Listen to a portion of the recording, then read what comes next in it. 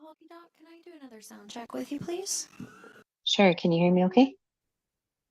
Yes, thank you so much.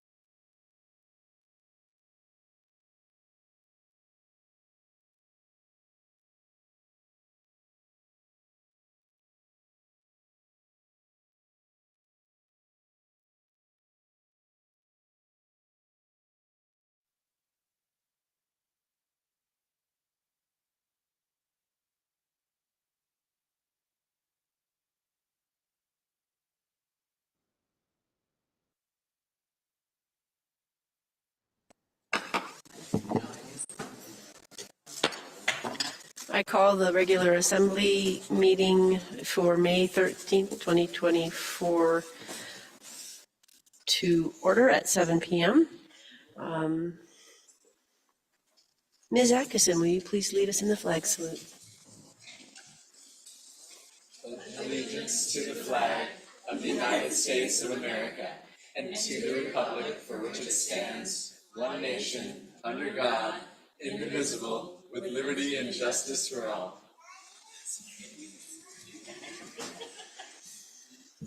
Ms. Wall, will you please read the land acknowledgement?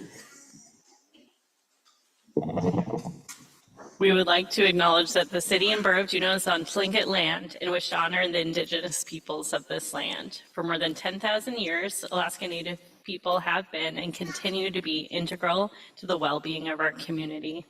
We're grateful to be in this place, a part of this community, and to honor the culture, traditions, and resilience of the Tlingit people. Ganashish. Madam Clerk, will you please call roll? Thank you, Madam Deputy Mayor. Ms. Atkinson. Bilal Hidog. Here. Mr. Kelly. Here. Ms. Wall. Present. Mr. Smith. Here. Ms. Hughes Scandies. Here. Mr. Bryson. Present. Deputy Mayor Hill. Here. And Mayor Weldon is excused. We have a quorum present. Thank you, Madam Clerk. Mr. Kelly, will you please read the proclamation for Arbor Day? Thank you, Madam Acting Mayor. Whereas in 1872, J. Sterling Morton proposed to the Nebraska Board of Agriculture that a special day be set aside for the planting of trees, and whereas this holiday, called Arbor Day, was first observed with the planting of more than 1 million trees in Nebraska, and whereas Arbor Day is now observed throughout the nation and the world, and whereas nearly 100 years after Arbor Day was first established in 1966, the 4th grade class at Kodiak Elementary School realized that Alaska was the only state in the nation that did not observe Arbor Day. And whereas the students wrote a letter to a state senator, and thus was born Senate Bill 207, which provided for an Arbor Day observance in Alaska each May. And whereas the Juneau Garden Club marked the first observance of Arbor Day in Alaska in May 1966 at what was then the Juneau City Library and is now the Juneau Douglas City Museum. And whereas Arbor Day 2024 is all about ensuring our earth and the trees upon it are all happy, healthy, and growing to be strong as they possibly can be. Therefore, I, Paul Kelly, Assembly Member, on behalf of Beth A. Weldon, Mayor of the City and Borough of Juneau, Alaska, and the City and Borough Assembly, do hereby issue this proclamation acknowledging Arbor Day 2024 in Juneau. Thank you, Mr. Kelly. That was lovely. Next, we have proclamations honoring Lindsay Cato and Crystal Jackson for Alaska's Top 40 Under 40 class of 2024. And our own Madam Manager is going to read and present those proclamations because she is an alumnus of Top 40 Under 40. Madam Manager, please. Thank you. And I won't make you guess how many years ago I was top 40 under 40, but if you will indulge me, I would really like to invite Miss Lindsay Cato and Miss Crystal Jackson up here so that we can stand together as we acknowledge the amazing leaders in our community. So I'm going to read both of these proclamations, and then of course you'll have an opportunity to be congratulated by the Assembly and say a few words. And yes, my city council did this to me when I got the award too, so I'm familiar. Oh, that'd be great. Look. Okay. It's Cato, right? Cato, thank you. All right. In recognition of Lindsay Cato, whereas the City and Borough of Juneau Assembly is honored to recognize the many accomplishments of hometown leader and recipient of the Alaska Journal of Commerce Top 40 Under 40 Award, Lindsay Caddo. And whereas Top 40 Under 40 is a prestigious and highly competitive annual recognition of outstanding young professionals. And whereas Lindsay Caddo from Juneau, Alaska is a member of the Top 40 Under 40 class of 2024. And whereas Lindsay currently serves as the Director of the Division of Public Health for the Alaska Department of Health. And whereas Lindsay's academic accomplishments include a Bachelor of Science in Public Health from Oregon State University and a Master of Public Health from Colorado School of Public Health. And this is where I'm going to have to take a big breath. Whereas Lindsay's committed to serving her community and has or is currently serving in the roles of assistant coach for the Juneau Douglas High School women's soccer team, coordinator for the Juneau Suicide Prevention Coalition, board of director for the Juneau Alliance for Mental Health. She's active in the Southeast Regional Health Consortium Suicide Prevention Task Force and the University of Alaska Southeast Wellness Coalition. And whereas the City and Borough of Juneau is Assembly is proud of the work, leadership, and service of Lindsay Caddo. I'm not going to read all of their I-4 resolve, but this is from Deputy Mayor Hale on behalf of Mayor Weldon and the entire City and Borough of Juneau. So I will hand you this. And we have, of course, not one, but two distinguished recipients. Now I have to hold it as well. So you're going to have to bear with me while I repeat how amazing and prestigious this award is, because it bears repeating. Whereas the City and Borough of Juneau Assembly is honored to recognize the many accomplishments of our hometown leader and recipient of the Alaska Journal of Commerce Top 40 Under 40 Award, Crystal Jackson. Whereas Top 40 Under 40 is a prestigious and highly competitive annual recognition of outstanding young professionals. Yes, we are still young. Whereas Crystal Jackson from Juneau, Alaska is a member of the Top 40 Under 40 class of 2024. Whereas Crystal currently serves as Senior Manager for Customer Experience and Diversity, Equity, and Inclusion at GCI. And whereas Crystal's academic accomplishments include a Bachelor of Business Administration and Marketing. Whereas Crystal's committed to serving her community and has or is currently serving in the roles of Board of Directors for NAMI Juneau, Volunteer Suicide Prevention Trainer of QPR Juneau Suicide Prevention Coalition, and a Big Brother, Big Sister volunteer. And whereas the City and Borough of Juneau Assembly is proud of your work, leadership, and service. Now, therefore, Deputy Mayor Hale, on behalf of Mayor Weldon and the entire City and Borough of Juneau, to present you this proclamation.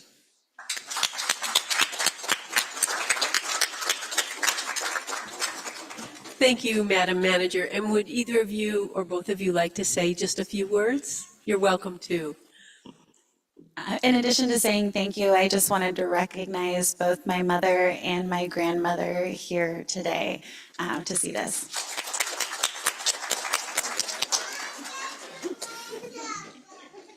And before you leave, you have to do the round robin handshake.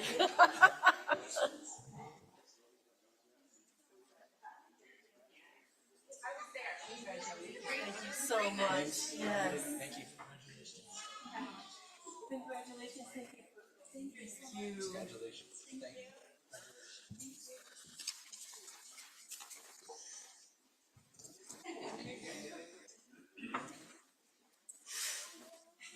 Thank you so much for coming and for that great accomplishment. Madam Manager, are there any requests for agenda changes? Deputy Mayor Hale, I would like to add a staff report at the end of the meeting as item 16 on the city attorney recruitment process. Thank you, Madam Manager. Next, we have public participation on non-agenda items. We have this is one agenda item.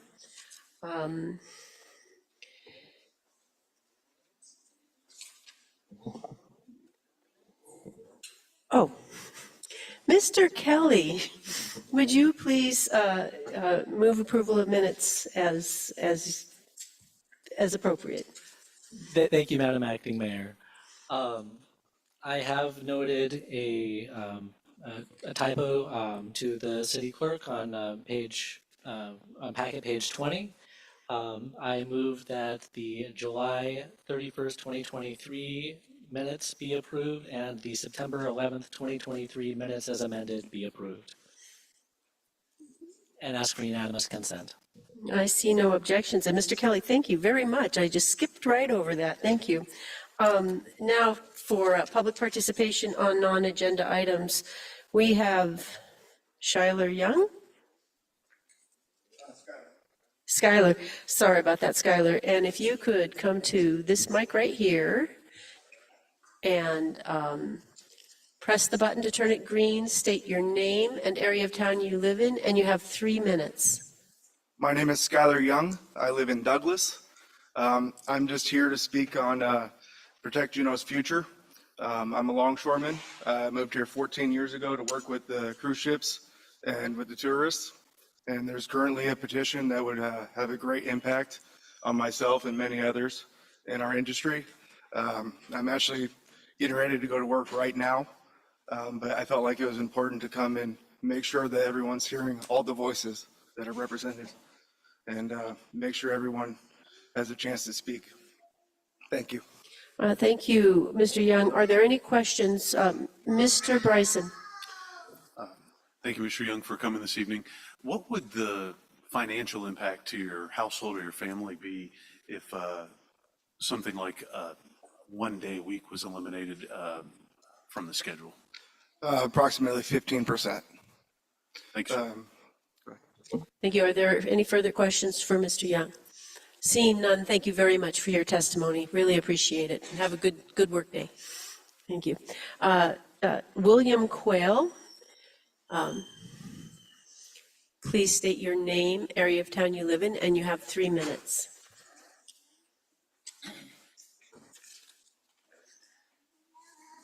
Green light. Okay, William Coyle, 415 Willoughby, number 305. I brought this up several times about the lights and being able to work outside downtown. The way the state, when we get our business license, we can work any place in the state, and we can work with our lights at night. What the city does is they cut down our benefits down to only just working downtown. Now, I have appointment and Treadwell Mine is perfectly safe. They say that it's too dangerous to work at night. Well, guess what? I'm going to make sure you prove it in court or have an appointment with me and Jim Houck to get this situation taken care of and get it now. You got to the 30th of June. Either that or I'll sue for $100,000. I'm not playing games, okay? I've been very patient with the assembly. I've tried at least four times and tried to work with the city manager with no avail. And he keeps on giving me the lame excuse that it's dangerous to work it on a pedicab at night. It's not, okay? In fact, you have actually been riding my pedicab for 8 years. I have not had any close calls in 8 years of being, almost being run over. It's just that they don't want to do anything, okay? You're gonna do something, or it's going to cost you big time. And it's not going to be from a lawyer that's inside our area. It's not uncalled for. You guys got to do something about it. Okay, and then what we're asking is having a meeting with Jim Houck and myself, and we can hash out a meeting to be able to get it so we can work at night. And also work it outside the area, because right now the actually restriction on with the certificate of convenience under Class C is too restrictive. Okay, right now it's you got to change with the times, and right now it's just like in a horse and buggy. It's really, you got to make this change. All right. And if you don't do anything about it, it seems like you guys won't do anything about it if there isn't any consequences. Thank you, Mr. Quayle. Are there any questions for Mr. Quayle? Ms. Euskandis? Thank you, Madam Deputy Mayor. Mr. Quayle, I am aware you drive a pedicab. There's other pedicab companies that I am aware of in Juneau. Have you discussed, are you aware of their interest in Yes, working? they are. Their interest in, Jim Houck has agreed with me. He's behind me full 100%. Okay? We're both in the same boat. Okay? That means that it's not just me anymore. It's just both of us. Okay? And you're making a change for both. Juneau is the only city. Mr. Quayle, keep focused on the answer to her question. Thank you. That was helpful. Thanks. Are there further questions for Mr. Quayle? Seeing none, thank you very much for your testimony. Next, we have Greg Pilker. And if you could state your name and area of town you live in, and you have 3 minutes, and pronounce that name for me. Thank you. It's Greg Pilcher. I live at 3168 Pioneer Avenue. And I just wanted to come and talk about tourism real briefly. I know there's a lot of negativity about tourism right now, but I just wanted to come and put a face to people that work in the industry. Real briefly, I was born and raised here.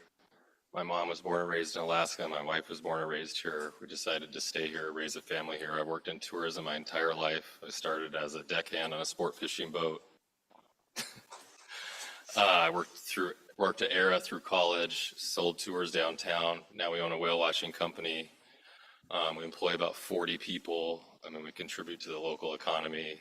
My wife and I stayed here. We live here. We own a home here, pay property taxes here. Kids go to preschool here. I think our grandkids maybe stay here because they have grandkids here. But that's it. It's more than just the ships. There's people that live here that rely on the industry.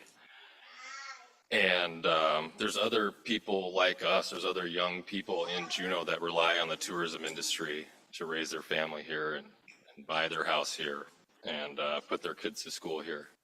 And that's it. Real brief. I appreciate you taking the time. I appreciate the work you guys do. I know it's not always fun, so thanks a lot. Thank you, Mr. Pilcher. Are there any questions for Mr. Pilcher? Seeing no questions, thank you so much for your testimony. Appreciate it. Thank you for the your avid audience there.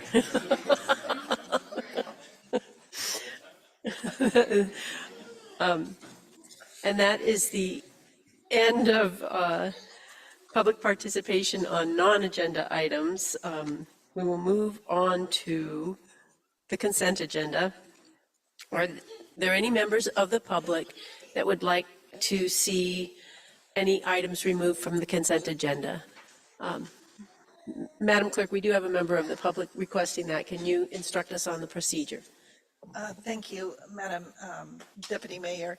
And we also do have one hand raised in Zoom. This is the individual who has signed up to testify on an agenda item. We will be approaching that agenda item shortly after the consent agenda. So for the gentleman who had signed up to participate via Zoom, we will be getting to you in a little bit. For individuals from the public who would like to remove an item from the consent agenda other than ordinances for introduction, that can be done at this time, Madam Deputy Mayor. Okay, thank you. Would you please come to the microphone and please state which item you'd like to be removed from the consent agenda? And state your name and area of town you live in. Thank you. Good evening, Heather Marlowe, Ock-Bay, Alaska. And I would like to talk for a few minutes about Resolution 3060. I think what we do first is we just remove it from the consent agenda. Is that correct? And then we will hear that resolution first. The first item we'll hear in public hearing, and so that will be when we get to public hearing. So we have Resolution 3060 removed from the consent agenda. Are there any other members of the public that wish to remove anything from the consent agenda? Seeing none, are there any members of the assembly that wish to remove an item from the consent agenda? Mr. Bryson? Thank you, Madam Acting Mayor. I move that the Assembly adopts the consent agenda as amended, and I ask for unanimous consent. Seeing no objections, the consent agenda is accepted. And now, Madam Clerk, clear me if I'm wrong, but I believe now we will move on to public hearing. Is that correct? That Yes. is correct, and you would start with that resolution that Ms. Heather Marlowe just removed from the consent agenda. Thank you, Madam Clerk. Can you introduce the resolution, and then we'll go on to Madam Manager.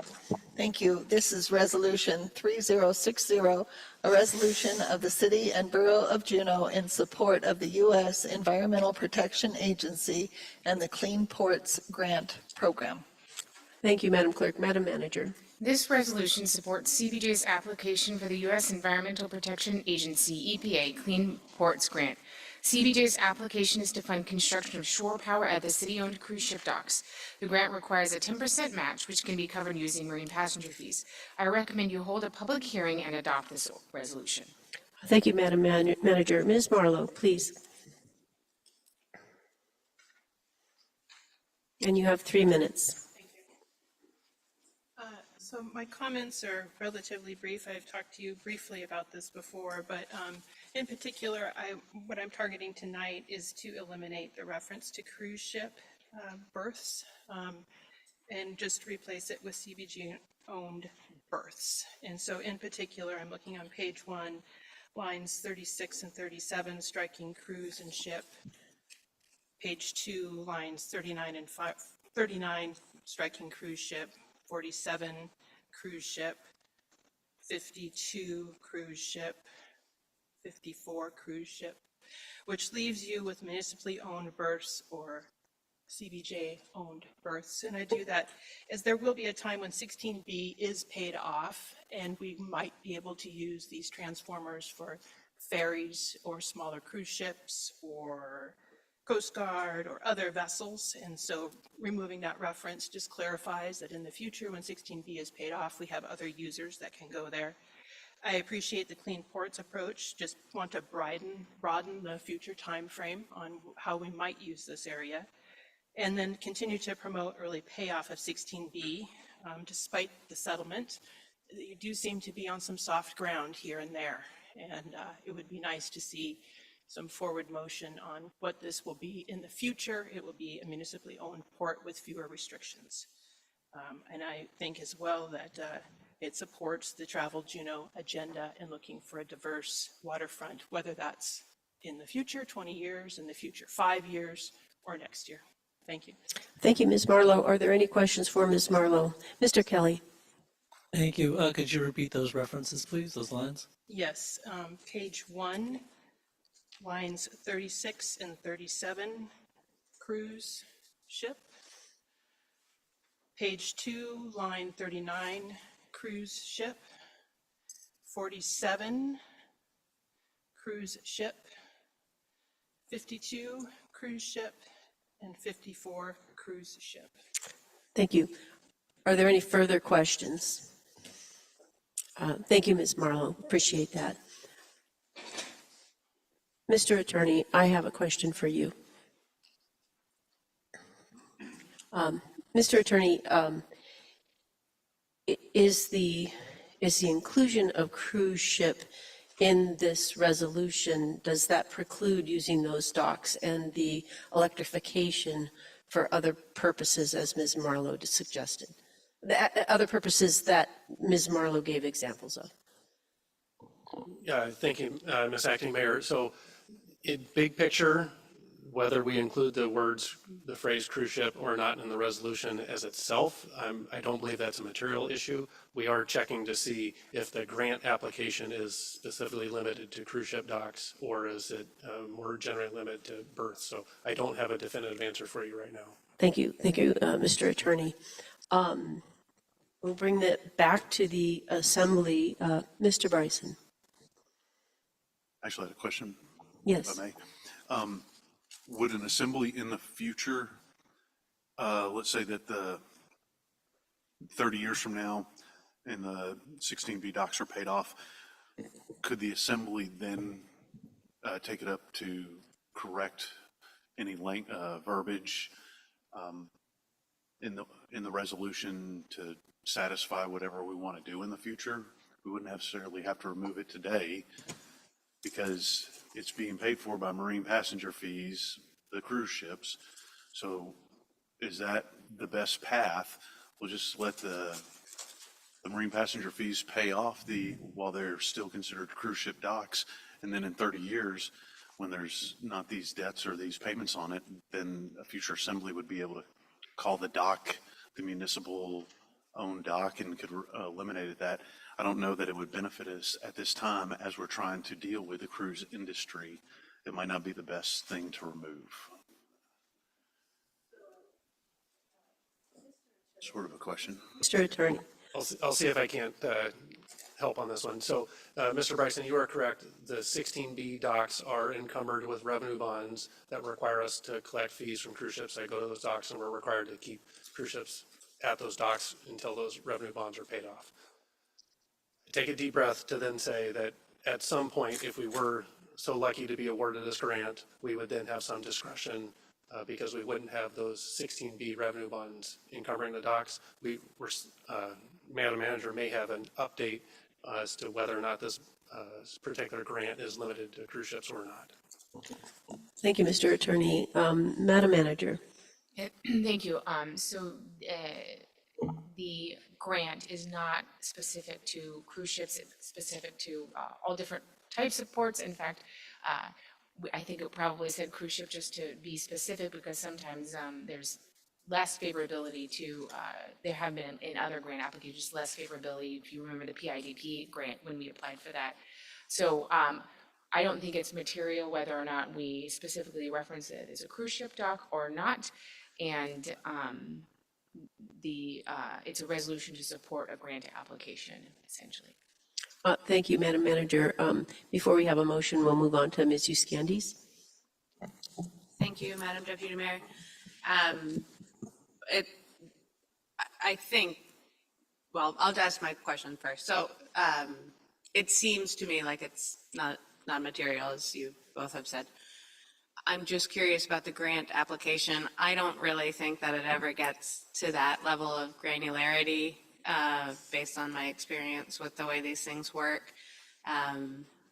But I'm wondering if you know offhand, I imagine that our BCA would have been, if one was required, based around the fact that they are cruise ship docks, and I imagine our numbers and the sort of the strengths that we would have pitched in the merit criteria are very much about it being cruise ship docks. But I don't know if you know that. Yeah. Madam Manager. Thank you. You are correct that the grant application is written for a cruise ship application. So the supporting documentation and the narrative all will very clearly state at the cruise ship application.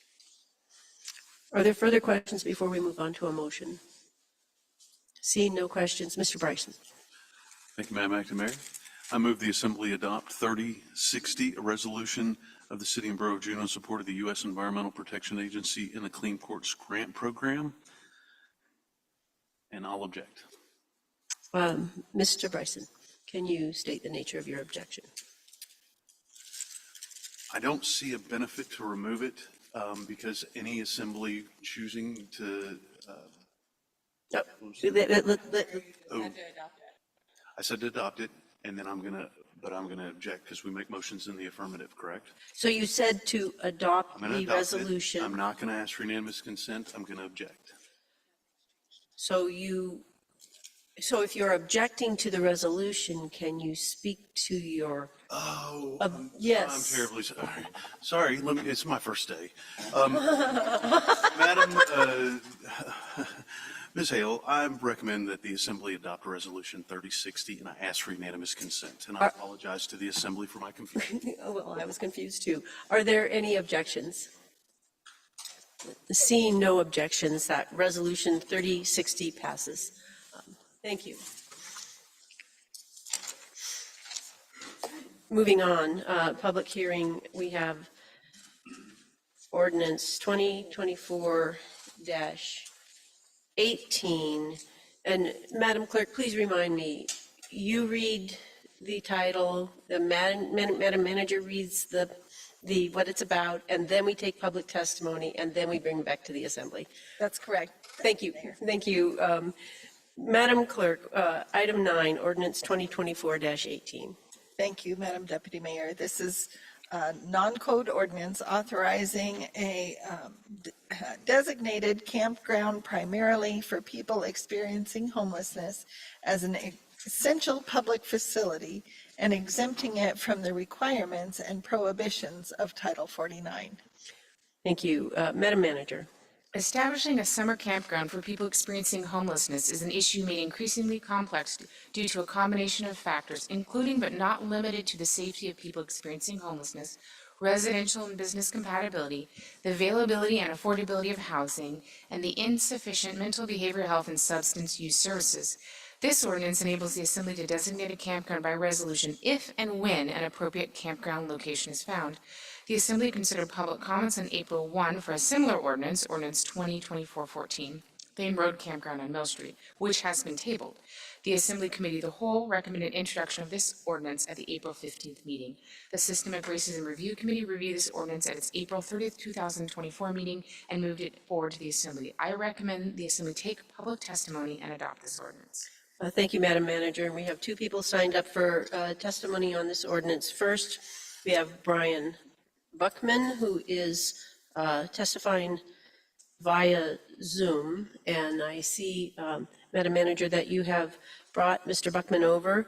Mr. Buckman, can you do a mic check for us?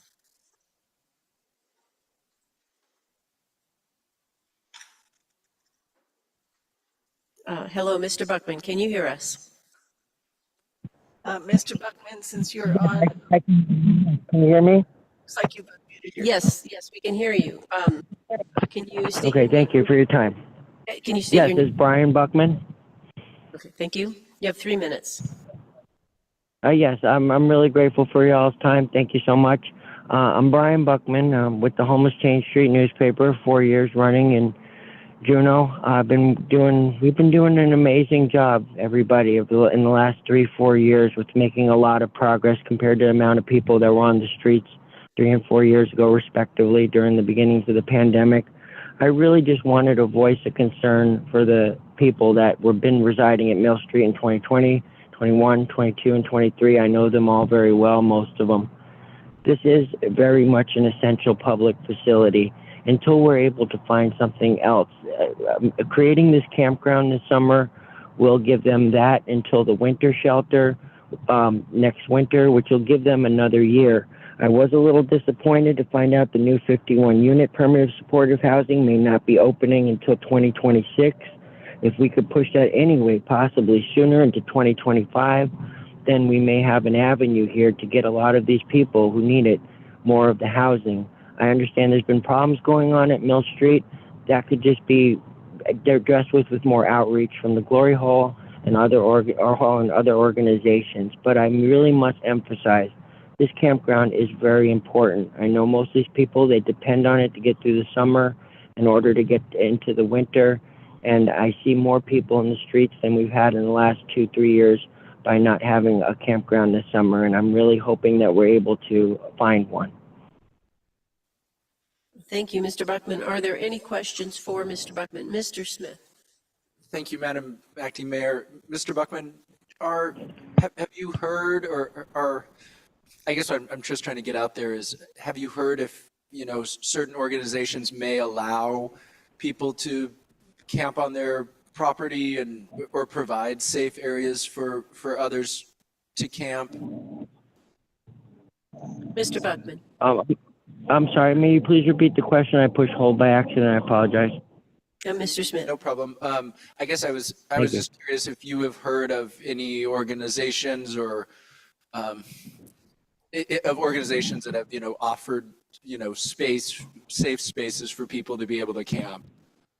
Well, to answer that question thoroughly, I know the Glory Hall originally had a minor idea few years ago when they opened to maybe allow a few selected tents in their area, but now it's really just turned into a public community garden for the fall. I don't know of any that I'm aware of completely offhand right now, as difficult and challenging as it may be. Mill Street really does seem to be the most optimal, even if it's just for this last summer and only this last summer. I could do some research, and anybody can contact me in the email with the newspaper, thehomelesschange@usa.com. I'd be happy to get back to anybody. But as far as that, I really don't know any available properties. It's very close to downtown. It's able for people to get work. Everybody seems content there. It's a self-sufficient camp. You have to be able to take care of yourself to stay out there. And they really are depending on the place to get through to the summer and all of next winter. A lot of people. Thank you, Mr. Buckman. Are there further questions for Mr. Buckman? Seeing none, thank you very much for your testimony, Mr. Buckman, and for all the I work. really appreciate it. Thank you. Thank you. It's been an ultimate pleasure. Thank you so much. I'm grateful for everybody in the city of Broward County. Thank you. Thank you. Next in the room, we have Reverend Karen Perkins.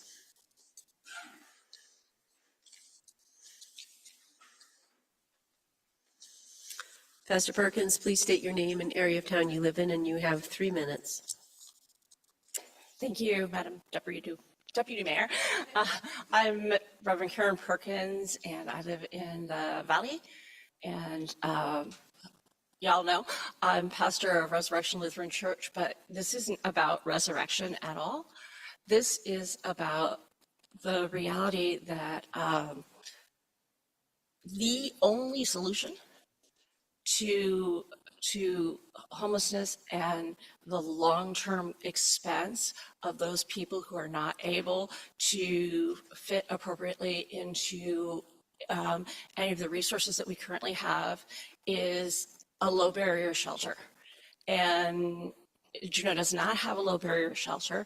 And consequently, we have a number of people who are the most vulnerable, have the highest number of associated challenges, and have no way to get there and have no way to stay safe until they get there. And I'm actually speaking in favor of, whether or not it sounds like it, in favor of the resolution, because the last thing I would want is for people to be getting arrested because they're homeless. And so it's not that, it's that this is, I'd like to use a sports metaphor, but I don't speak sports. So, kicking the can down the road, I don't know, ignoring the problem, whatever. And somebody with expertise in low barrier, and I'm not saying it has to be like me, but right now I'm not aware of anybody who has more expertise in low barrier. And the other resources we have, the Glory Hall, St. Vincent de Paul, any of the other wonderful resources that we have do not deal with the specific needs of low barrier shelter. And we did have people, I think Irene Callahan, Scott Shambor, both have expertise.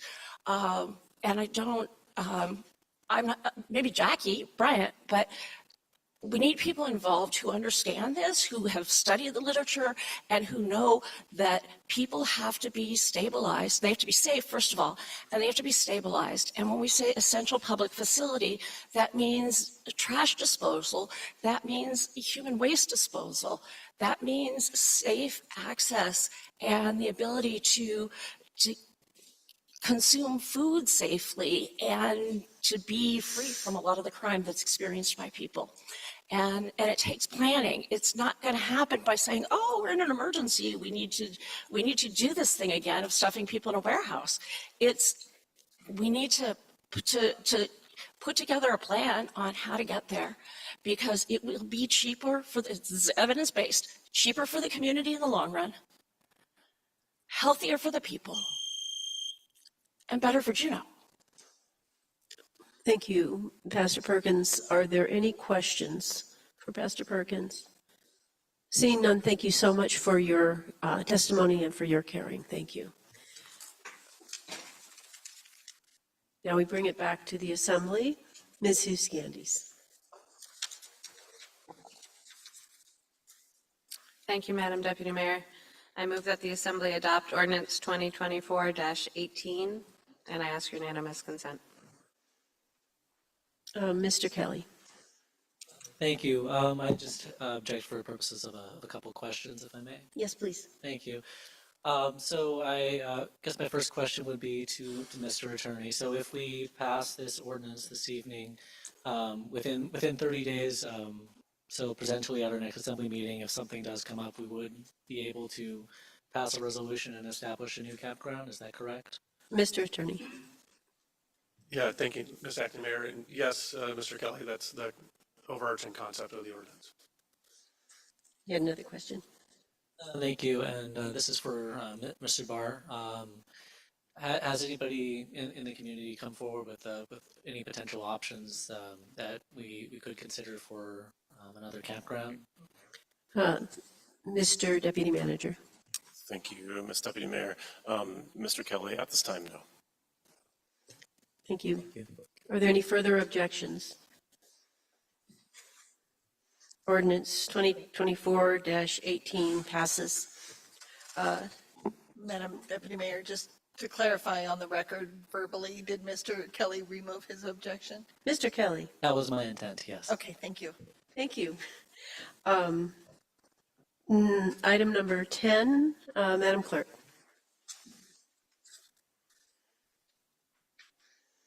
Thank you, Madam Deputy Mayor. This is ordinance 2023-14, version B, large letters AH, an ordinance appropriating $2 million to the manager as a grant to Gastineau Human Services to construct low-income and substance use recovery permanent supportive housing, funding provided by general funds. Thank you, Madam Clerk. Madam Manager.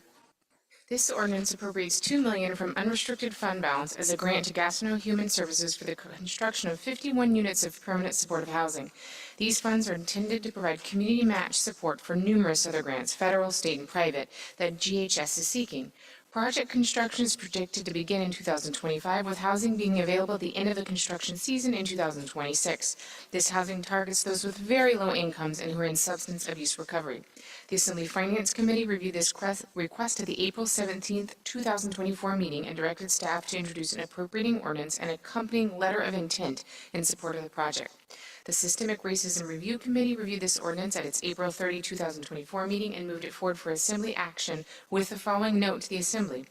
While the SRC approves the $2 million to Gastineau Human Services, the SRC recognizes that there are potential unintended consequences with these types of projects which could result in systemic racism for Juneau, and we would like the Assembly to take special note when making decisions about future planning and building related to supportive housing. I recommend you take public testimony and adopt this ordinance.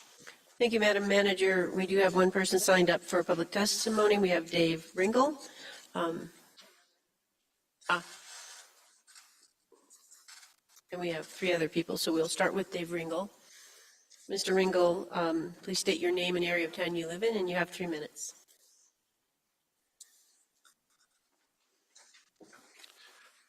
Thank you. My name is Dave Ringel. I live in the airport neighborhood.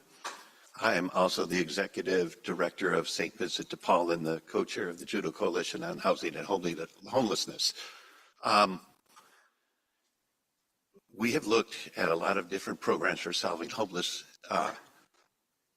across the country, and especially in areas where there is success. An effort is put on to finding housing for the homeless as being more cost effective than a temporary shelter. In the short term, a temporary shelter is needed, but in the long term, the solution to homelessness is housing. And Anchorage, Alaska, has set up an ambitious plan where they're doing 150 units of affordable housing for 5 years. I look at Juneau's plan. We're 1/10 the size of Anchorage, and we have 28 supported housing units going up. The ground was broken this last month on those 28 units. With another 51, in 2 to 3 years, we would have 79 supported housing units, which would make a huge impact on the amount of available housing for those people who cannot afford housing anywhere else. And this is a long-term, cost-effective way to work with the root causes of homelessness and providing a home and the support so that people can work their way out of the terrible conditions. St. Vincent de Paul has run the low barrier shelter during COVID, and we did it last year. It is not easy. It solves a short-term need, but long-term, the real successes are those people who are able to find housing outside of shelter and are able to support themselves. And this Gatineau Human Service Project would be a good effort in that direction. Thank you. Thank you. Thank you, Mr. Ringel. Are there any questions for Mr. Ringel? Seeing no questions, thank you very much for your testimony. Next, we have Lauren Connolly. Ms. Connolly, please state your name and area of town you live in, and you have 3 minutes. Hello, my name's Lauren Connolly. I live in Douglas. I do not like public speaking, so forgive me. We're all supportive. So I work at Front Street Clinic as a nurse, and I work both at the location across the street, and then I work on our mobile unit, which goes out to the Glory Hall. Previously went out to Mill Creek Campground, St. Vincent's, and then also Housing First. And in my job, even before I knew anything about this project, you could definitely recognize the need for more supportive, sober living here in Juneau. I can say that I've seen a lot of people that we've facilitated getting into treatment who come out and don't have the social supports or financial resources to get housing or a job that would provide them with housing very quickly. And so they go to the Glory Hall or Housing First, which are great. They are not great for sober living or trying to sustain that. So even if someone comes back to us super motivated to stay sober, they find it very challenging in those environments. And so I think that there is a need that's here, and that if there's an organization that can do it well, I think that it would be a great benefit to the patients that I serve as well as the community as a whole. Thank you, Ms. Connolly. Are there any questions for Ms. Connolly? Seeing no questions, thank you very much for your testimony. All right, thank you. Absolutely. Next, we have Ryan Kanzlerich.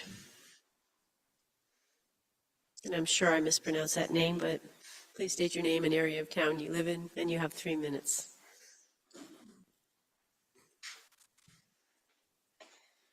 Good evening. My name is Ryan Kozlerich. I live in the Back Loop area, and I am the finance director for Gatineau Human Services. And I wanted to open myself up to any questions you might have about the feasibility of this project. I know that you understand the reason why we had the $2 million letter of intent. That was so that we could apply for additional funding. We were able to apply for that additional funding. So thank you very much for that. But I do want to open myself up to any questions you might have about this project in particular. Thank you, Mr. Kozlerich. Are there any questions from Assembly members for Mr. Kozlerich? Mr. Bryson. Thank you, Madam Acting Mayor. And thank you for coming and testifying on this very important topic. What is the estimated length of stay in this long-term treatment facility? Are we looking at people will be able to stay there for a year, less or more?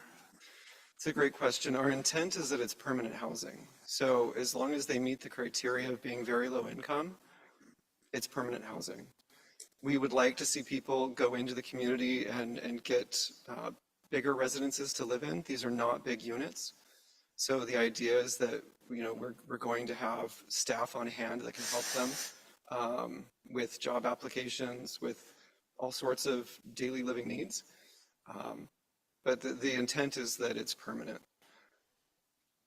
Are there further questions for Mr. Kozlerich? Mr. Kelly. Thank you. Would there be any restrictions on the residents, such as having people over or anything in that regard? Like what sort of environment would this building be? Mr. Kozlerich. Thank you. So we haven't worked out all of the details of what it would entail in this facility. So we still have time to develop a code of conduct for the residents that would be a part of their application. But the intent is that they're single units. There are no couples. It's similar to Forget-Me-Not Manor in that regard. Ms. Atkinson? Thank you, Madam Mayor.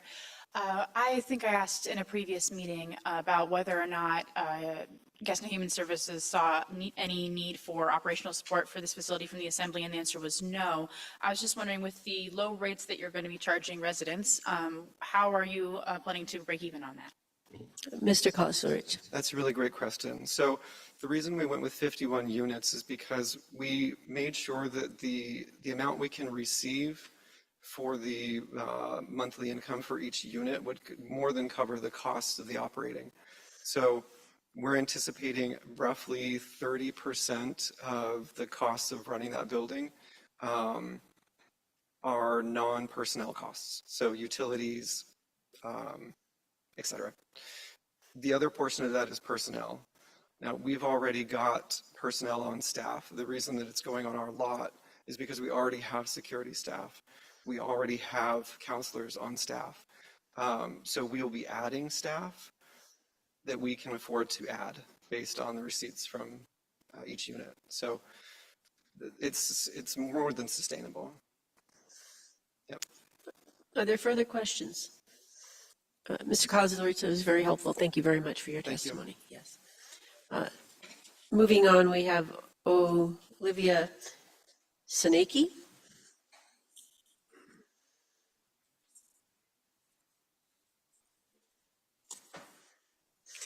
Please state your name and area of town you live in, and you have 3 minutes. And please, yes. Okay. I'm Olivia Seniko, and I live downtown. I'm a behavioral health clinician at Front Street Clinic, but I'm testifying today in my capacity as a concerned citizen with extensive background and knowledge of the needs of those struggling with homelessness and housing insecurity. Permanent supportive housing is a lifeline for so many people.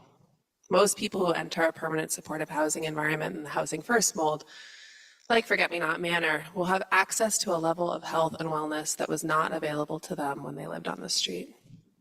Some people will achieve that higher level of wellness and continue using substances, but others, upon achieving that greater degree of stability that permanent supportive housing enables, will also want to explore recovery from substance use dependence. Recovery from addiction in any environment is extremely challenging.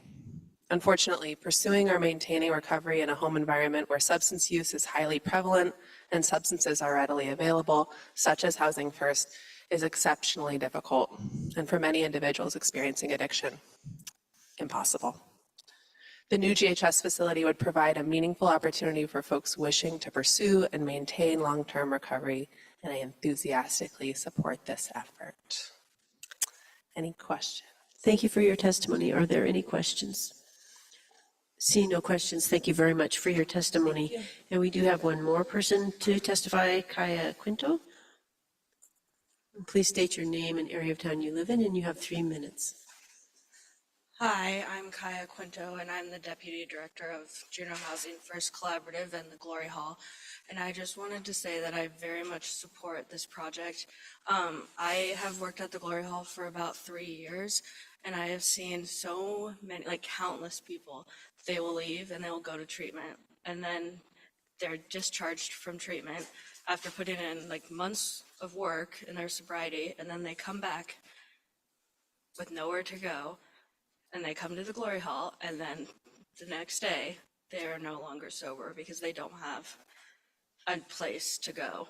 And so a permanent supportive housing for people in recovery is a great option, and it would really help. Like I could probably count like 20 separate individuals. Thank you, Ms. Quinto. Are there any questions for Ms. Quinto? Ms. Quinto, thank you for your testimony and thank you for your work. And now we will bring this back to the Assembly. Ms. Wall. Thank you, Madam Deputy Mayor. I move the Assembly approve ordinance 2023-14BAH, an ordinance appropriating $2 million to the manager as a grant to the Gastineau Human Services to construct low-income and substance use recovery permanent supportive housing, and I ask for unanimous consent, though I do have a question if there are no objections for staff. Are there any objections? Ms. Wall, please ask your question. Thank you, Madam Deputy Mayor. I have a question for staff about the Systemic Racism Review Committee comments. They've been writing us some great notes recently that have helped us understand things to be thinking about. This one was a bit vague for me, and I wasn't quite sure. They talk about, although they're supportive of this ordinance, making sure we're paying attention to unintended consequences of supportive housing projects. Wasn't sure if that was about siting, or maybe you could fill me in on the nature of the type of unintended consequences they were referring to. Mr. Deputy Manager, I see you have a mic. Thank you, Madam Mayor. Thank you, Ms. Wall. The concern that SRC was exploring in that meeting was mostly related to site and location. Thank you, Mr. Deputy Manager. Thank you. I remove my objection. Thank you. Are there any objections? Thank you. Ordinance 2023-14, small b, large AH, passes. Moving on to ordinance number 11, ordinance 2023-14. Madam Clerk. Thank you, Madam Deputy Mayor. This is ordinance 2023-14, small version B, large letter AG, an ordinance transferring $489,478 from CIP D as in Delta 12-07 open space waterfront land acquisition to CIP H51-113 waterfront seawalk. Madam Manager. In 2002, the Assembly directed staff to transfer unexpended marine passenger fees designated for specific projects and activities to the waterfront open space land acquisition CIP for land acquisition on the waterfront. In 2020, this practice was discontinued to align the allocation of passenger fees with the CLIA settlement agreement. This ordinance would transfer the remaining balance of $489,478 from the open space waterfront land acquisition CIP to the waterfront seawalk CIP. The waterfront seawalk CIP is in need of additional funding and is an eligible use of passenger fees. The Systemic Racism Review Committee reviewed this ordinance at its April 30, 2024 meeting and moved it forward to the Assembly. I recommend the Assembly take public testimony and adopt this ordinance. Thank you, Madam Manager. Are there any members of the public that wish to testify on this ordinance? Seeing no public testimony, I'll bring it back to the Assembly. Ms. Atkinson. Thank you, Madam Mayor. I move ordinance 2023-14 version B AG from the Assembly and ask for unanimous consent. Are there any objections? Seeing no objection, that ordinance passes. We'll move on to unfinished business. Madam Clerk. Thank you, Madam Deputy Mayor. This is ordinance 2024-02, an ordinance appropriating funds from the Treasury for fiscal year 25 school district operations. Thank you, Madam Clerk. Madam Manager. This ordinance will appropriate to the school district an FY25 operating budget of just over $85 million. This is an overall decrease in the budget of almost $11 million from the FY24 amended budget. The FY25 school budget is supported with a combination of funding sources, including CBJ local funding and state and federal funding of $44.4 million. The local funding consists of $34.4 million for general operations, i.e. educational funding, and $3.7 million for non-instructional programs and activities. On April 29, 2024, the Assembly approved the local funding portion of $34.4 million for school district general operations. During the May 8, 2024 Assembly Finance Committee meeting, the Assembly heard Ordinance 2024-02 in its entirety and approved $3.7 million for program and activities not subject to the state funding limit for instructional services, of which $1.65 million was appropriated via Ordinance 2024-1BA on March 4, 2024. The Systemic Racism Review Committee reviewed this ordinance at its April 23, 2024 work session meeting. I recommend the Assembly take public testimony and adopt this ordinance. Thank you, Madam Manager. Are there any members of the public that wish to testify on ordinance 2024-02? Seeing no testimony, we bring it back to the Assembly. Mr. Kelly. I move that the Assembly adopt ordinance 2024-02 and ask for unanimous consent. Seeing no objections, that ordinance passes. We'll move on to new business. Madam Clerk. Thank you, Madam Deputy Mayor. This is the Hardship and Senior Citizen Disabled Veteran Nonprofit Late Filed Real Property Tax Exemption Applications. Thank you, Madam Clerk. Madam Manager. 8 property owners that have requested the Assembly authorize the assessor to consider a late filed exemption for their property assessment. The Assembly should consider each request separately and determine whether the property owner was unable to comply with the April 30 filing requirement in statute and CBJ code. The burden of proof is upon the property owner to show the inability to file a timely exemption request. If the Assembly decides to accept one or more late filed exemption requests, those applications will be referred to the assessor for review and action. I recommend the Assembly act on each of these applications individually. Thank you, Madam Manager. Mr. Bryson. Thank you, Ms. Hale. I recommend that the Assembly, we've read each of these and are acting individually upon each one. And for the late file senior and disabled veterans exemptions, exemptions filed by Paul Demert, Vernon Fieler, F-I-E-H-L-E-R, Vivian Louie, Mark Strode, Michael Boone, Brenda Weaver, Brian Olson, and Mario Morales. And I ask that we accept all of these late senior filed and disabled veteran exemptions, and I ask for unanimous consent. And that would be to move them to authorize the assessor to review these applications. Meant to say. Okay, thank you. Thank you. I see no objections, so those are moved on to the assessor. Moving on to staff reports, I believe you have first a report. Are you going to do the report, your report first, or which order? Or are we doing the update on the cruise ship lines MOA? Madam Manager.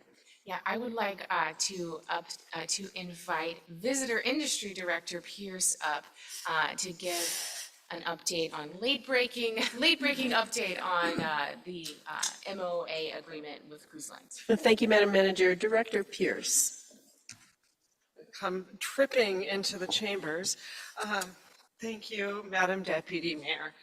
So I do have a late breaking update on cruise ship MOA progress. And I am here tonight to ask for some guidance from the Assembly. So I would like to kind of provide the full context and then take questions. So Please do. we have, as you know, we've been pursuing an agreement on daily limits as the result of Assembly direction at the retreat. And we have reached consensus with the cruise lines on an agreement that reduces our daily passenger numbers and keeps our seasonal numbers more or less flat. So the agreement is we have a daily limit of 16,000 passengers per day, 12,000 on Saturdays. And so CBJ has direction to approve days that go over the limit based on extenuating circumstances. I'll remind the Assembly that we did that for 2024. We have a couple of days where we have a small luxury ship at anchor. I was comfortable approving those days. They weren't our busiest days. I feel that that's in the discretion of my position.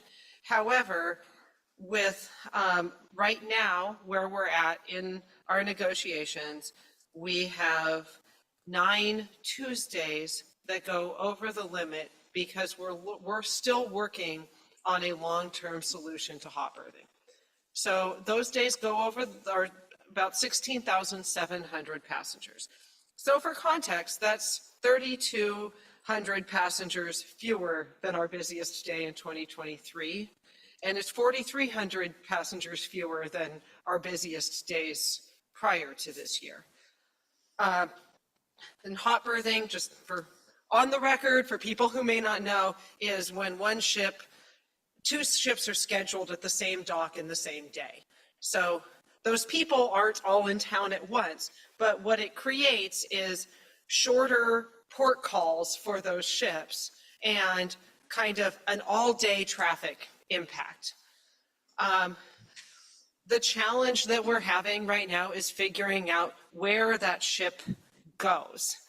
So we're working with cruise line agencies, and I want to be really transparent about how this works because I think it's really important. When we look at moving a ship, like when the rock slide happened in Skagway and a ship had to move for the rest of the season, it negatively impacted Sitka. Icy Strait also took some ships, and they're a private port. They were like, bring it, we'll take everybody. But Sitka had some of their busiest days ever, and as kind of a last minute surprise as a result. And so we're very cognizant as the capital city, as wanting to be a leader in the region, of not wanting to unduly burden other communities with our efforts. And I do really believe that our next step in this ongoing discussion is regional. And this is why, because we can't separate what we do from anyone else in the region.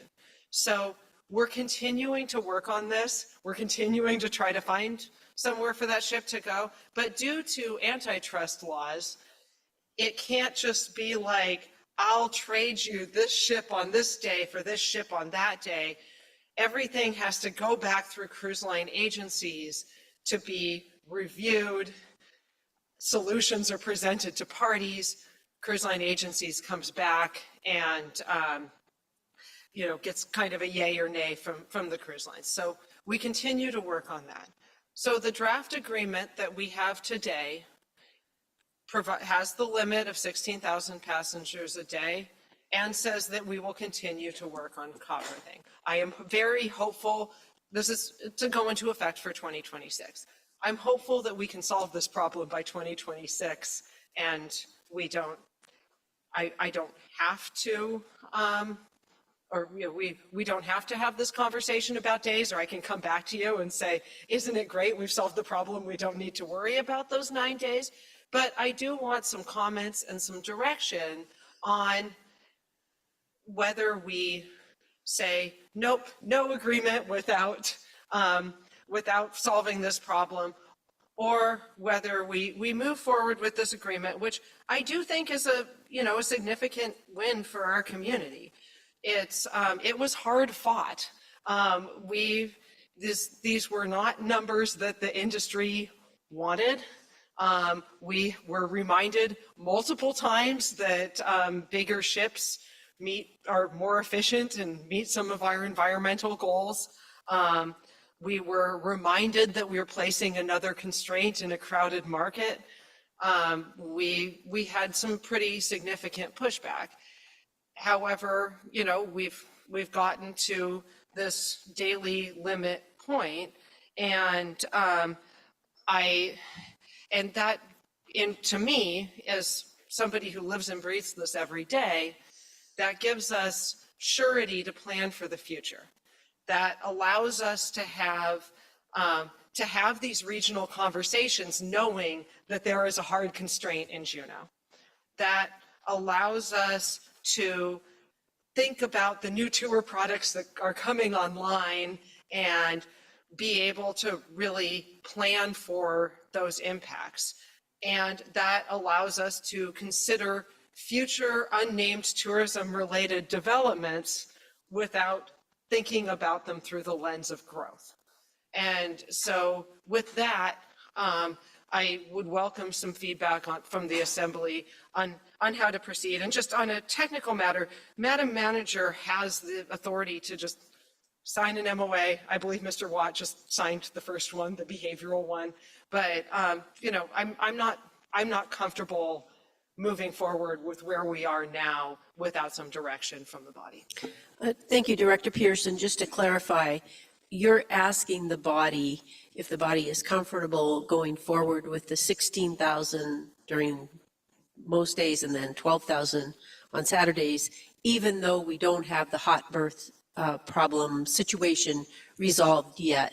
and you're asking the body if the body's comfortable going forward with those daily limits.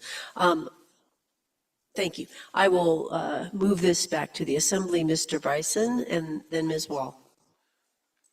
Thank you, Madam Acting Mayor.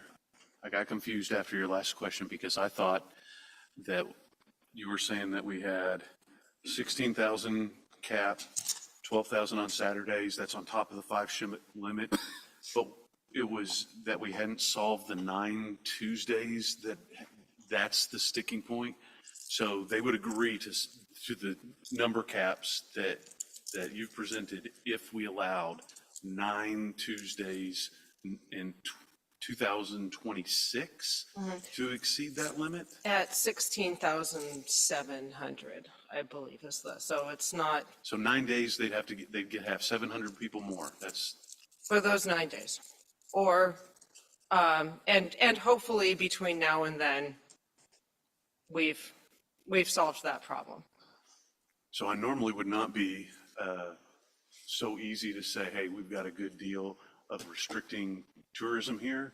But if we can get an actual restriction that's like an agreement here for 9 days of only being 700 above that, to me, I'm very impressed, Director Pierce.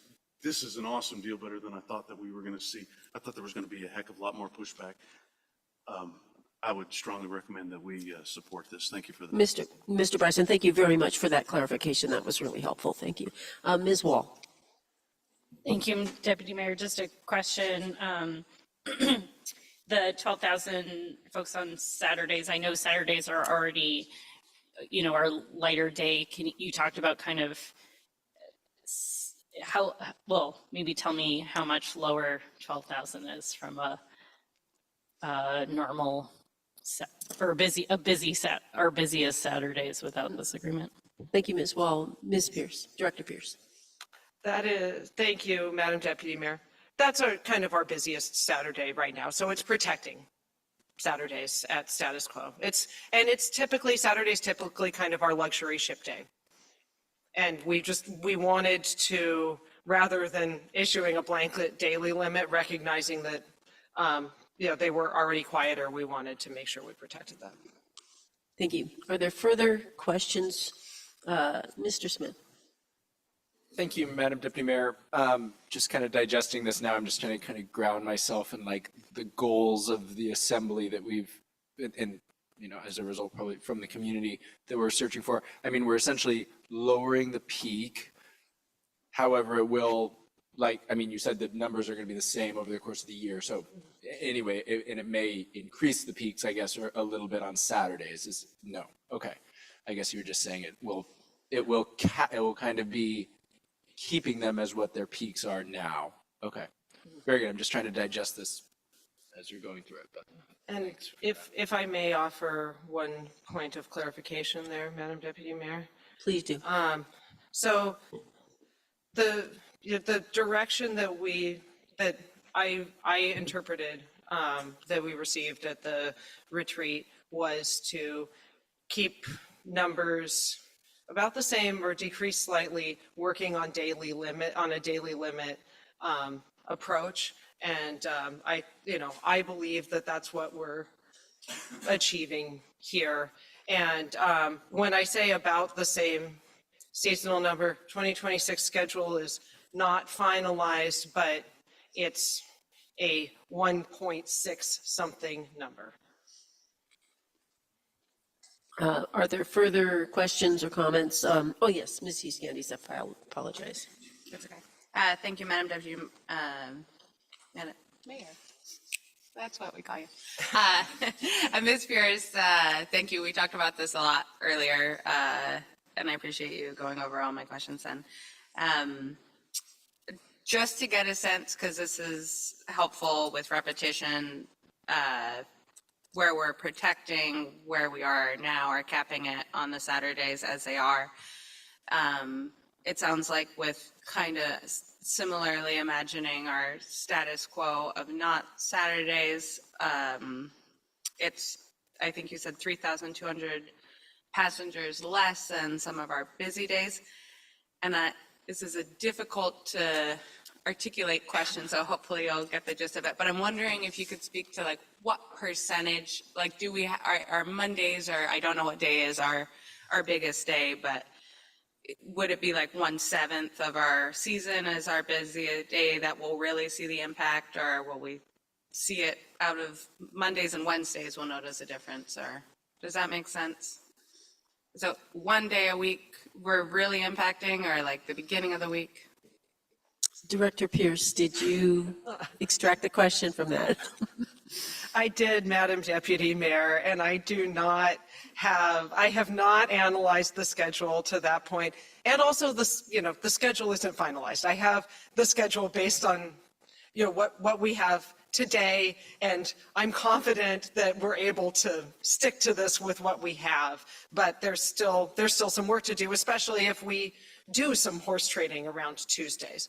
But this really does bring down our busy Tuesday problem. And if we're able to find a new home for that hot birthing ship, it decreases our busy Tuesdays further. And, to quote Mr. Bryson, we're working to get the peak out of the week, which is, thanks to Mr. Bryson, a stated goal of the Visitor Industry Task Force.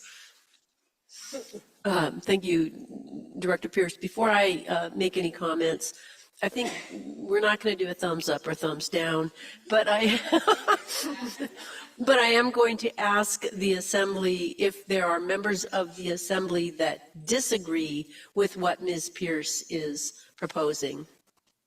And I'm not seeing that. So, Ms. Pierce, I just did want to make one comment, or a couple comments. One, I think I echo Mr. Bryson. This is awesome work that you've done, and I know it's not easy. So, really great job in these negotiations, and also thanks to cruise line agencies for meeting you halfway. I mean, I think everybody has really worked hard on this, and I think what we're saying is yes to the numbers with those increases, 700 on some days, and then keep working on the hot birthing. So thank you very much. Thank you, Ms. Pierce. Thank you. Oh, yes, please. Thank you for those comments. Can I add one comment? Oh, please do. I just wanted to say for the Assembly, I feel like this is great and will be good the same way the 5-ship limit is gives us a baseline of what that feels like. I hope the public will be really communicative with us. So if the flattening is really, we work and we achieve that, to continue to be responsive to, is that enough for the community? And have we really accomplished our goal? Obviously, we'll also be working on mitigating it in all the other ways that we do, buses, et cetera. So that may be the right temperature. But I just want to urge us as an Assembly to continue to be responsive to the public and encourage the public to be communicative with us, their feelings throughout that. Thank you. I think that's really well stated, Ms. Hughes-Candies. And I also think it is important to note this is not until 2026. So we have this season and next season before these limits start to come into play. Thank you very much. Director Pierce. Thank you, Madam Deputy Mayor. If I can add a point of clarity, because I think it's important after what you just said. So we are status quo for 2024 and 2025, and then this kind of buys us surety for 2026. Very good. So just to be clear on the record that we're negotiating for 2026 because schedules are done 2 years out. We already knew where we were for 2024 and 25. Thank you very much. Excellent. Moving on, is the Assembly fine to just keep powering through the agenda? Okay, thank you. Madam Manager. Thank you. I just want to call your attention to a written update from the municipal clerk with information on the various ballot initiatives before you. An assembly member had asked for that, and we thought we'd want to share that because it is really confusing to keep track of them. So I'm sure she's available to answer any questions if you have them. Madam Clerk, do you have any comments before we ask for questions? Thank you, Deputy Mayor. I've tried to lay out what it looks like to put ballot initiatives on the regular municipal election. That said, the initiative process is open all year long, and there is the potential, depending on what type of petition it is, that we may incur a special election. So if you notice in the memo and in the quick reference dates, there is mention of a recall petition currently underway, which is due back on June 10th. There is potential that that would trigger a special election. So should that happen, we'll be coming back to the Assembly to ask for special meetings, to make a motion to hold a special election, and then to also pass an ordinance to be able to pay for a special election. So I would be happy to answer any questions should the Assembly have any. Mr. Kelly. Thank you. So just to clarify on the motion to call a special election procedurally, would that just be like, it's not like an ordinance in and of itself, it's just, you can do that like same day, it's basically like a resolution? Through the chair, Mr. Kelly, it is strictly a motion to call for a special election, and then the clerk's office determines what the date of that special election is based on the timing of all the pieces that go into play to hold an election. Thank you. Are there further questions from Assembly members? Madam Clerk, I have one question. If you just stated that the people can file an initiative at any time during the year, and if one is filed, that doesn't make an election, does that call for a special election, or does just that go on the ballot the next year? Thank you, Madam Deputy Mayor. It depends on the type of petition that's filed. As you see with the recall, that would trigger a special election. That's one type of petition. There's an initiative petition, which enacts a new law. There's a referendum petition, which repeals an existing law, and there's a charter amendment. For a repeal or a referendum which repeals an existing law, or for an initiative which enacts a new law, that's at the discretion of the Assembly. If it falls outside of the petition timeframe to get it on the regular October ballot, it would be up to the Assembly to decide whether you want to call for a special election. That's the discretion of the Assembly, or you can hold it until the next regular election is held. If it's a charter amendment, then the Assembly does not have that discretion, and it does trigger a special election. Oh, thank you very much. Today was the last day for a charter amendment to be filed to fit on the October election timeframe, and we have not received a current charter amendment petition at this time. Thank you, Madam Clerk. Mr. Kelly. Thank you. I think this is my last question. This could be for either the clerk or the attorney. So if a recall is successful, what would be the timing for an election? Thank you, Mr. Kelly. Through the chair, it depends, because it depends on whether or not they have a sufficient number of signatures when they first turn in those petitions. If they have a sufficient number of signatures, then we would probably need to call for a special election.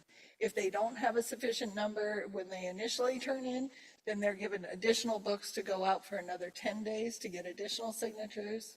And then we have another 10 days to review it. And only in that instance, when it goes the full length of time, would it fall on our regular October election. Thank you. Are there further questions? Madam Clerk, thank you very much. And Madam Manager, thank you. Madam Manager, you have one more staff report. Yes, thank you. It's with mixed emotions. I talk about this last item, which is a recruitment for a new city attorney. Many of you know that City Attorney Palmer has submitted his resignation. Don't worry, we still get him for a few more months. His end date is flexible, but I'm hoping to stay on through the end of August. So huge shoes to fill. We're super excited, of course, for him and in the next adventure, but boy, this is going to be a tough one. So I just wanted to let you know that you have a job description in your red folder for the attorney position. You know, it feels like a long time, the end of August, since it feels like summer, except for that, those 3 weeks a little while ago hasn't started yet. The reality is it will be here before we know it. And you know from going through the city manager recruitment process that it's long and there's a lot of process. So we would like to get this posted tomorrow and have it open we'll be open till filled, but have the first review posted in 30 days. In the meantime, we will work with the deputy mayor and the mayor on a timeline for appointing a hiring committee and bringing a process forward for your deliberations. Our goal is to have that hiring committee approved and that timeline ironed out as part of the special joint meeting with Bartlett on May 29th. So since you will all be convening for a special meeting on that date, that's a date that we're aiming for to bring you that information. So unless anyone has any objections, we will get this posted and happy to answer any questions. Thank you, Madam Manager. Are there any objections or questions? Mr. Smith, Mr. Kelly. We can't object to the resignation, is that? Okay. Thank you, Mr. Smith. Mr. Kelly. Thank you. Big shoes to fill. What size? Thank you. Thank you for that update. And we will just continue to move on. We will move on to assembly reports.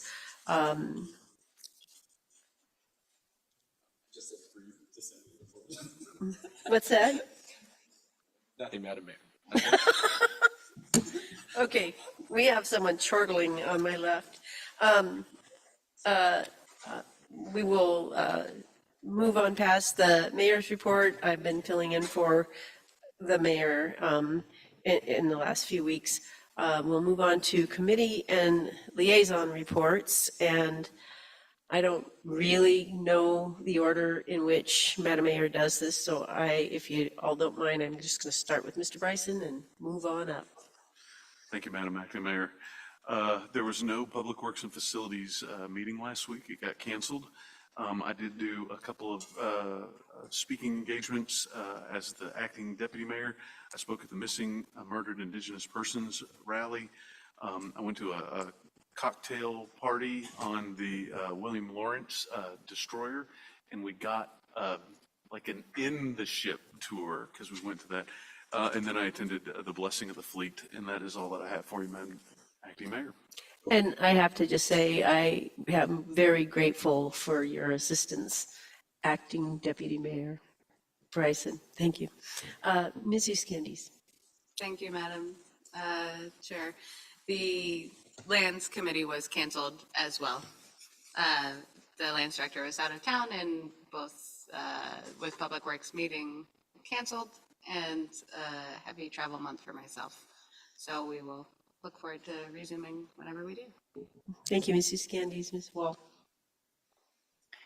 You all were at the last Finance Committee meeting last week. We approved CIPs, marine passenger fees, school budget, and about half of our community grant requests. We meet again next Wednesday to finish the pending list and the community grants, and then set a mill rate, which will then be forwarded onto the Assembly for final action on later in the month at our next regular Assembly meeting. Did you want the liaison reports too, or just? Yes, you can do the liaison reports, and then we can circle back to anybody that missed that. Okay, I don't really have a lot. Eagle Crest, we have seen their budget requests since the last time they met, which was the primary thing they've been working on. And there is once again a big shiny truck being raffled off by the chamber. So avoid chamber board members if you do not want to purchase a raffle ticket. Or for other reasons. Thank you. Thank you for that tip. Thank you for that tip, Ms. Wall. Well, Haggadah, if your connection. Yeah, so can you hear me okay? Yes. Okay, you guys are coming in a little choppy still. So sorry, I'm still off camera. I missed the airport board meeting last month. And also missed the Juneau Commission on Aging. However, we did get a great presentation by them tonight in HRC. So that was really good to hear from them about all their updates and things that they're taking care of, including the recent study that they commissioned and partnered with AAP on, which I'm sure Mr. Smith might have some more to update on that when he gives the HRC update. I did go to DC for AFN, the Alaska Federation of Natives Alaska Days. Got FaceTime with our congressional delegation, Secretary of Interior, as well as a bunch of White House officials and other departmental staff. So got a chance to hang out with them for 2 days in DC at a bunch of receptions, and it was overall a great AFN Alaska Days, and learned a lot and got some good FaceTime with our folks over there. That's it for me. Thank you, and that just sounds really fantastic. Thank you, Haggadah. Ms. Wall. Just wanted to correct something that I said. We will be passing the budget on June 3rd, which is a special assembly meeting, not our regular assembly meeting, before our committee of the whole. Thank you very much for that correction. Ms. Atkinson. Thank you, Madam Mayor. I do not have a ton to report. I have been holed up on top of the hill for a while, so I did make it to the Juneau Commission of Sustainability's meeting on May 1st, where they got a Centennial Hall Sustainability Report. One thing that I found quite interesting, I think Mr. Bryson will also find quite interesting, is that 83% of construction waste was diverted from the landfill during that process, which is awesome. And they're also looking at some more grant opportunities for Juneau and sustainability, and doing a lot of great work over there, and that's all I have. Well, thank you, Ms. Atkinson. Mr. Kelly. I think the word that Mr. Smith said was brief. Well, we'll see. Mr. Kelly. All right. Not much happened in the last couple of weeks, so this might make things a little easier to be brief. But I did last week attend the Emergency Planning Commission. We met at 3 Mile. I'll just go with that. Board of Education Finance Committee has not met in quite some time. However, I did receive a text message from Finance Chair Muldoon that they are planning on doing a meeting either this week or next, depending on the outcome of the action we just took today and the legislature during sine die. Let's see, as far as the Planning Commission, we did hear, or the Planning Commission did hear public testimony on Blueprint Downtown and forwarded it on to the Assembly. And I understand from reading Madam Manager's Friday report that we will be seeing that at the next Lands meeting. So thank you. I attended the Missing and Murdered Indigenous Persons rally with Assemblymember Atkinson and Acting Deputy Mayor Bryson. I attended just this weekend, the League of Women Voters. I attend that at any time that I possibly can. I always learn something, and I did this last time too. And even was invited up to speak, kind of a surprise. So that was it was a great turnout, and I'm glad to see so many people civically engaged. I will wrap up my comments now to say, first of all, a belated happy birthday to Finance Chair Wool, and belated happy Mother's Day to all the mothers on this body, in this room, or who might be listening. So it's not an easy job, and thank you. Happy Mother's Day. Thank you, Mr. Kelly. Mr. Smith. Thank you, Madam Acting Mayor. The Human Resources Committee met earlier tonight. We did hear a presentation from the Juneau Commission on Aging, the Parks and Rec Advisory Committee annual report, and the committee unanimously recommended, and I move that the Assembly approve Roger Healy to the Bidding Review Board for a term beginning immediately and ending May 31st, 2026. And to reappoint Alexander Smith and Stephen Sorensen to the Bidding Review Board for terms beginning June 1st, 2024 and ending May 31st, 2027. And I ask for unanimous consent. See no objections, that passes. Try as I might have to make this brief, but we'll see. We need to determine dates to have the appointed board interviews. There's three boards we're looking at, a number of seats.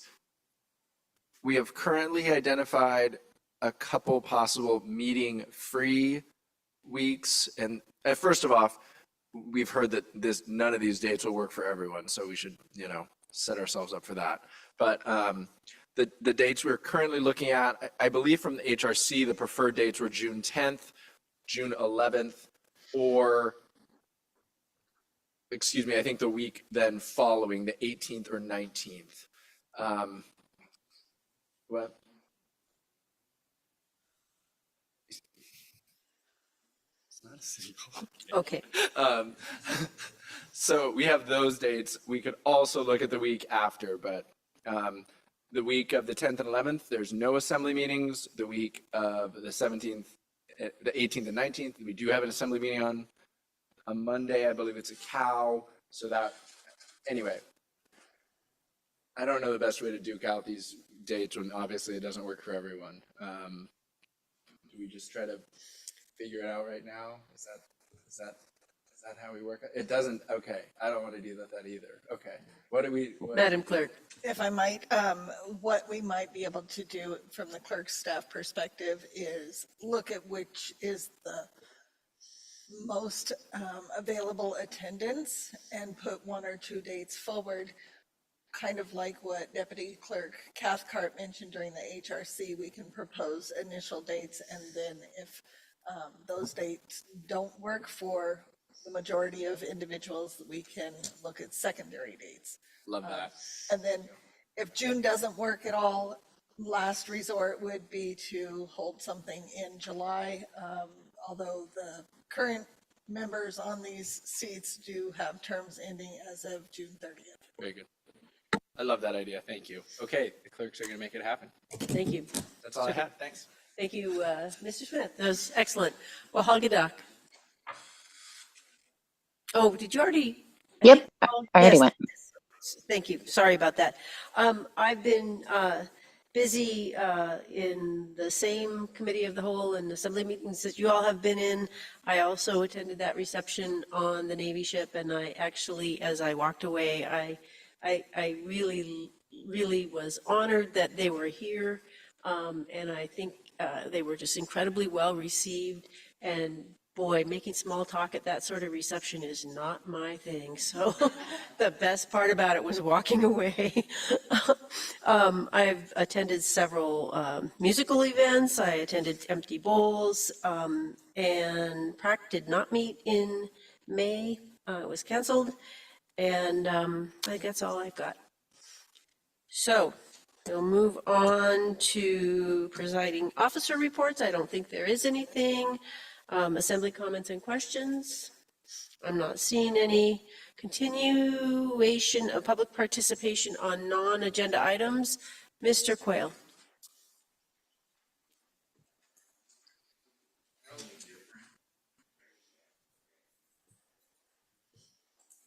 Mr. Quayle, please state your name and area of town you live in, and you have 3 minutes.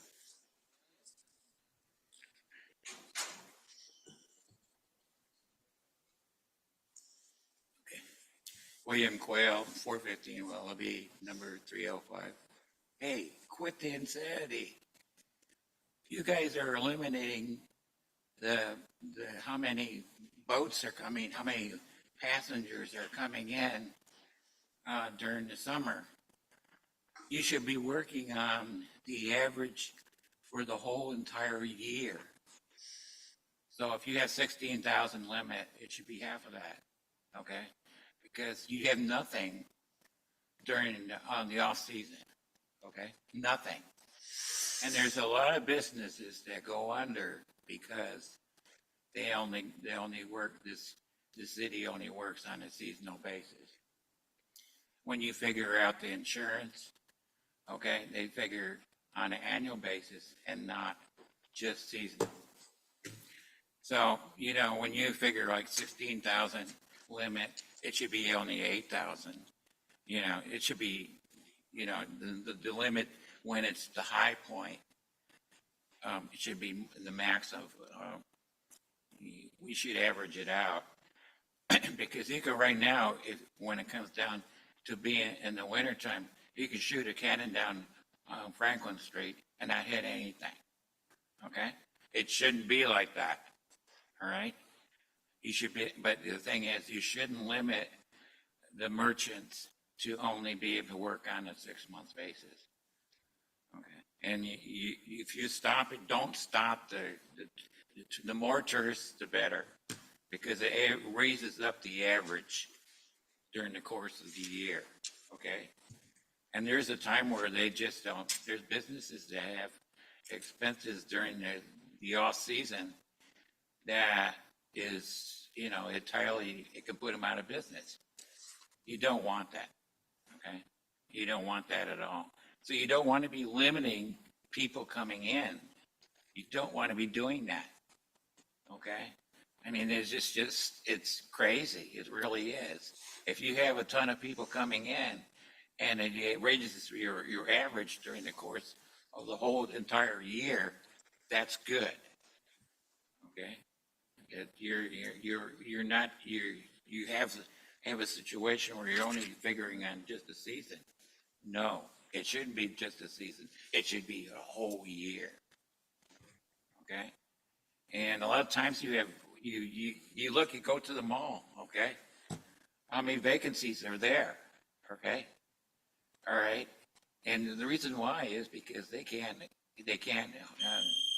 Mr. Quayle, are there any questions for Mr. Quayle? Seeing no questions, thank you, Mr. Quayle, for your testimony.